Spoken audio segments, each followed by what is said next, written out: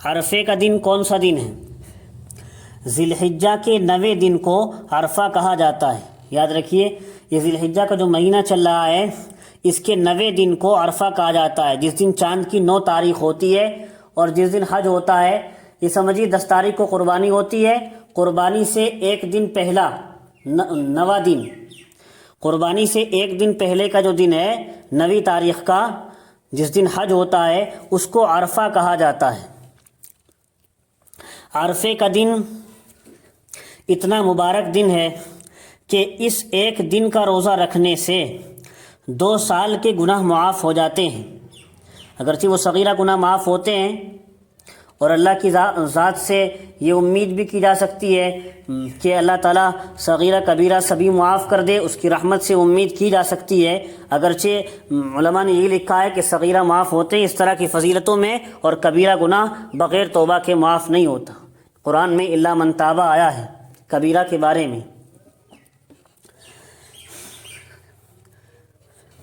تو یہ عرفہ کا ایک دن کا روزہ رکھنے سے 2 سال کے گناہ معاف ہو جاتے ہیں، 1 سال گزشتہ کے، گزرے ہوئے سال کے، اور 1 سال آئندہ آنے والے سال کے۔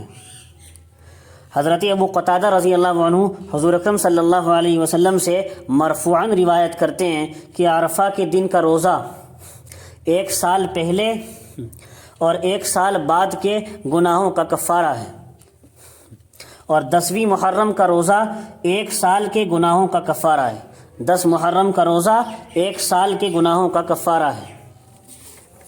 اور یہ حدیث شعب الایمان للبیہقی میں ہے۔ اور اسی طرح شعب الایمان للبیہقی میں ایک حدیث اور ہے، حضرت عائشہ رضی اللہ تعالیٰ عنہا کی روایت ہے کہ رسول اکرم صلی اللہ علیہ وسلم نے ارشاد فرمایا، عرفہ کے دن کا روزہ 1000 دن کے روزوں کے برابر ثواب رکھتا ہے۔ اور عرفہ کے دن کیا دعا کرنی چاہیے؟ حضرت نبی اکرم صلی اللہ علیہ وسلم 9 ذی الحجہ یعنی عرفہ کے دن عرفہ کے دن میں یہ دعا پڑھتے تھے، اور یہ دعا بھی شعب الایمان للبیہقی میں ایک روایت ہے، اس میں آئی ہے، لا الہ الا اللہ وحدہ لا شریک لہ لہ الملک ولہ الحمد بیدہ الخیر وہو علی کل شیء قدیر۔ اور یہ جو شروع کے 10 دن چل رہے ہیں ابھی ذی الحجہ کے، ان دنوں کا خصوصی عمل کیا ہونا چاہیے؟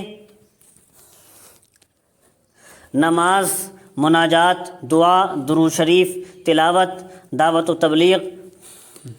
آدمی جو بھی نیک عمل کرے تو بہتر ہی بہتر ہے، مگر ان دنوں کا خاص عمل جو حضور اکرم صلی اللہ علیہ وسلم سے منقول ہے، سعید ابن جبیر ابن عباس رضی اللہ عنہما، ان دونوں سے روایت ہے کہ نبی کریم صلی اللہ علیہ وسلم نے ارشاد فرمایا، سعید ابن جبیر ابن عباس یہ دونوں اللہ کے رسول صلی اللہ علیہ وسلم سے نقل کرتے ہیں کہ نبی کریم صلی اللہ علیہ وسلم نے ارشاد فرمایا، اللہ تعالیٰ کے نزدیک ذی الحجہ کے شروع کے 10 دن زیادہ فضیلت والے ہیں، اور ان میں کیا گیا عمل بھی اللہ تعالیٰ کو بہت محبوب اور پسندیدہ ہے۔